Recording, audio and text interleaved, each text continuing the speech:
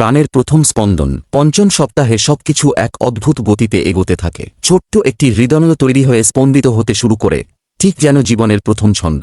ষষ্ঠ সপ্তাহ উঁকি দিচ্ছে নতুন জীবন।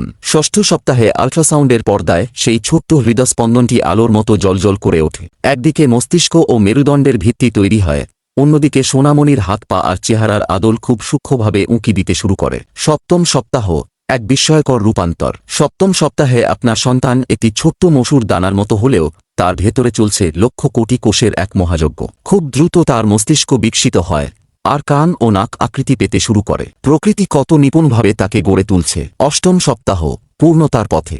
অষ্টম সপ্তাহে হাত ও পাগুলো আরও স্পষ্ট হয়ে ওঠে। হাড়ের কাঠামো তৈরির জন্য তরুণাস্থি গঠিত হতে থাকে। এই সপ্তাহের শেষ নাগাদ শরীরের সব প্রধান অঙ্গগুলো তাদের নির্দিষ্ট স্থানে স্থায়ীভাবে জায়গা করে নেয়। নবম সপ্তাহ খুদে মানুষের ছোঁয়া। নবম সপ্তাহে আসে এক বিশাল পরিবর্তন।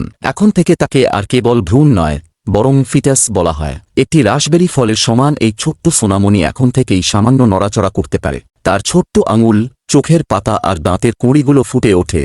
তাকে দেখতে এখন অনেকটা পূর্ণাঙ্গ মানুষের মতো লাগে। একাদশ থেকে ত্রয়োদশ সপ্তাহ কর্মচঞ্চল জীবন। 11 থেকে 13 সপ্তাহের মধ্যে তার শরীর আরও কর্মক্ষম হয়ে ওঠে। লিভার, কিডনি এবং মস্তিষ্ক সক্রিয় হতে শুরু করে। এভাবেই একটি ছোট্ট বিন্দু থেকে পূর্ণতা পায় নতুন এক জীবন।